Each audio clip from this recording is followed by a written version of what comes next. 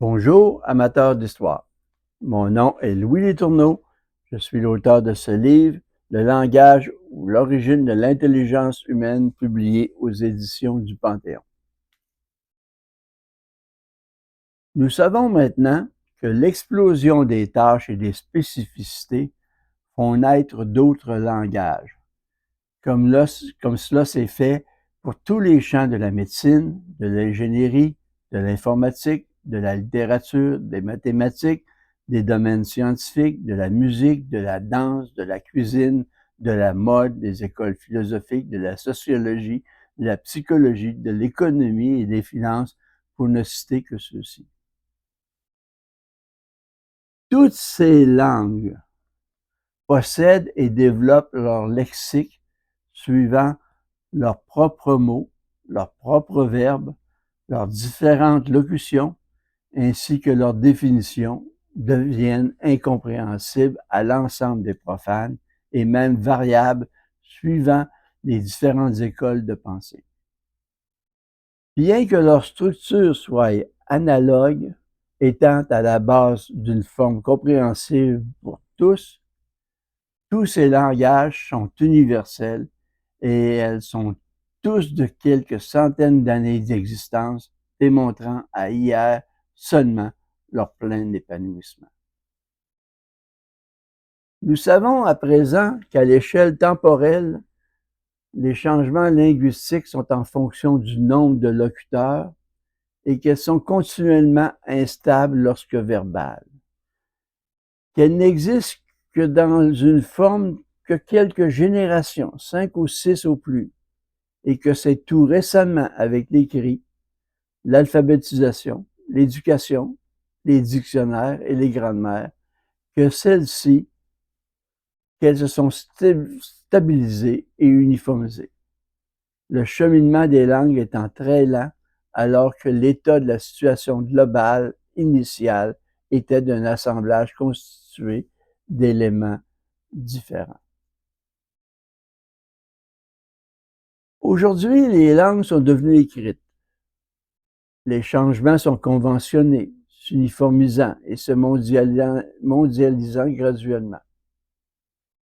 Antérieurement à la culture écrite, l'oralité a vécu et subsiste sur une échelle de temps beaucoup plus grande, soit depuis le début de cette existence, mais de tout ce temps, la langue, le clan, le tribu, le peuple, la culture et même la génétique nous racontent la même histoire. Les changements et leur milieu les ont rendus distincts.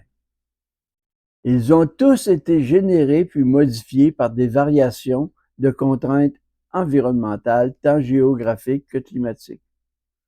Aussi, 3 grands facteurs les ont influencés pendant cette longue période. La stabilité de leur milieu de vie ainsi que l'isolement provoqué par des barrières physiques, géographiques ou sociales ont toujours favorisé la stagnation dans leur développement ainsi que des communautés distinctes, alors qu'autrement, les proximités ont fait qu'elles se fusionnent en raison des échanges culturels. Dans ces cas, leur nombre diminue pendant que leur communauté s'amalgame ou migre, et par des goulets d'étranglement qui voient changer brutalement une population jusqu'à friser l'extinction, forçant par une renaissance, une reconstitution d'une nouvelle accumulation culturelle, l'ancienne étant pratiquement perdue.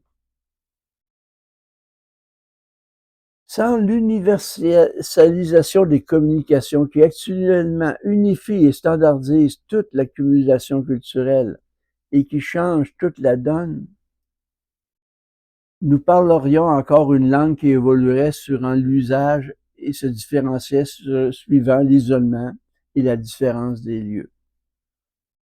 L'effet inverse s'est produit aussitôt que les distances ont été vécues et que de nouveaux modes de communication autres que l'écrit, tels que le téléphone, la radio et plus particulièrement sont apparus. En résumé, les langues se différencient avec l'éloignement des groupes alors qu'elles se fusionnent et s'amalgament avec leur proximité. Elles s'intègrent à d'autres alors que les communications s'établissent entre les communautés. Et cela est vrai pour pratiquement toutes les collectivités amérindiennes et pour bien des peuples d'Europe.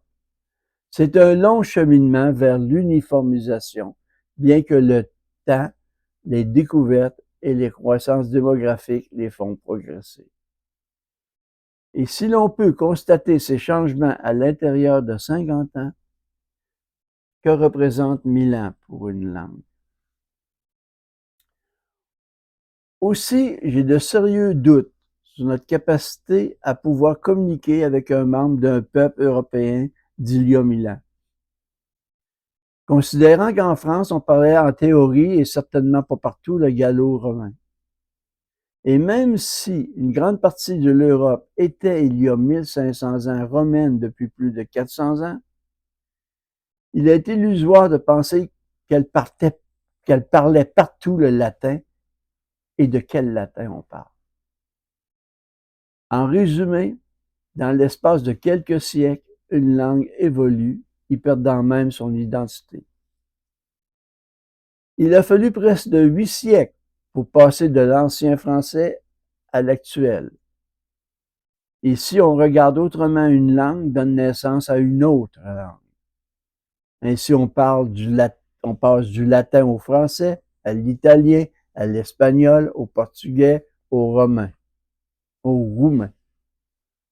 Alors que les différences syntaxiques sont considérables, le français étant très distinct du latin. N'oublions pas que l'économie se définit comme étant l'ensemble des activités de production et de distribution et de consommation des ressources de biens de collectivités données et qu'elle est essentiellement tout ce que produit l'humanité. Elle est à la production du présent ce que la culture est de la réserve. Vouloir protéger cette dernière, c'est freiner le développement de l'économie et régenter la culture en devenir.